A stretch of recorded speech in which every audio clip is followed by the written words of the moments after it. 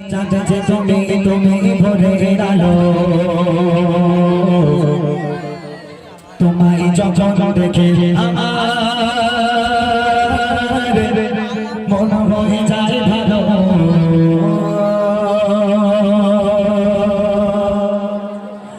আধার রাতের চাঁদে তুমি তুমি ভোরের আলো তোমায় যখন দেখে আমার মন হয়ে যায় ভালো আধার রাতের চাঁদে তুমি তুমি ভোরের আলো তোমায় যখন দেখে আমার মন হয়ে যায় ভালো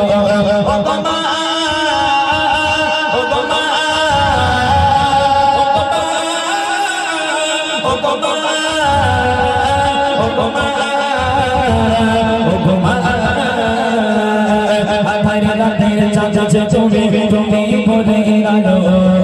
তোমায় যখন দেখে আমার মন হয়ে যায় ভালো আধার রাতের চাঁদে তুমি তুমি ভোরের আলো তোমায় যখন দেখে আমার মন হয়ে যায় ভালো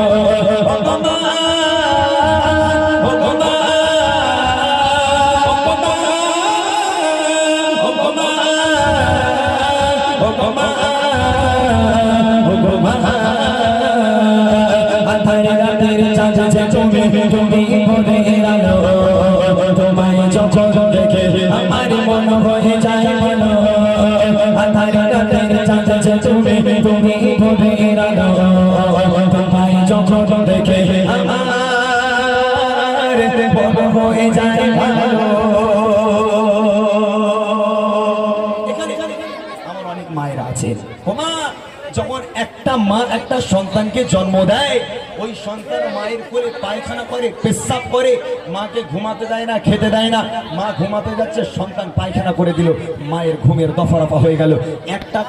একটা কোনো মা বলতে পারবে একটা কোনো ভাই বলতে পারবেন আপনারা যে মা এই সন্তানের জ্বালাতনের জন্য ছেলেকে বলছে হতভাগা সন্তান আজ থেকে তুই অন্য ঘরে ঘুমা আমি মা অন্য ঘরে ঘুমাই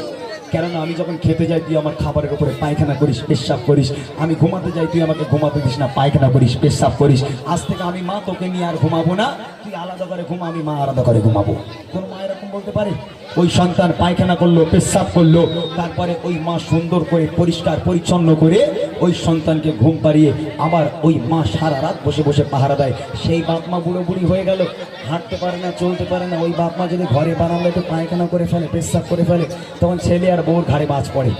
আর যেমন তেমন বাজ না ডিজেল পেট্রোল সব একসাথে পড়ে হ্যাঁ তখন বউ সহ্য করতে পারে না বলে তোমার মা ঘরে বসে বসে হাঁটবে আর আমি পরিষ্কার করবো ওই জন্য আমাকে বিয়ে করেছো ও হবে না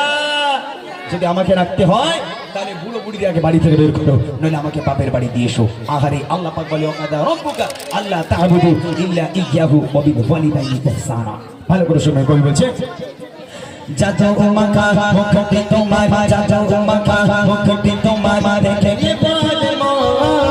আদর করে রাখো চচর ওরে খোকা শহর আদর করে রাখো চচর ওরে খোকা শহর যাও মাকা মুখটি তোমার যাও মাকা মুখটি তোমার দেখে পালে মো আদর করে রাখো চচর ওরে খোকা শহর আদর করে রাখো চচর ওরে খোকা শহর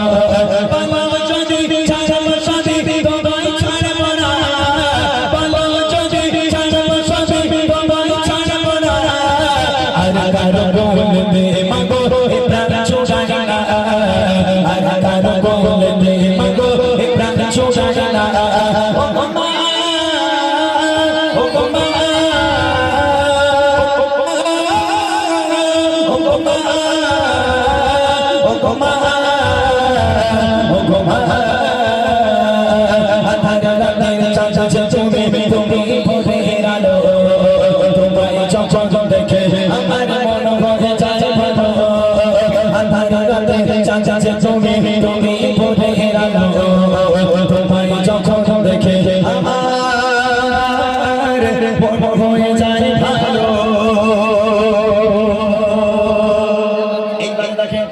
বুড়িমা গজলটা কেন লিখেছে এখান থেকে বুড়িমা শুরু যারা বুড়িমা গজল শুনেছে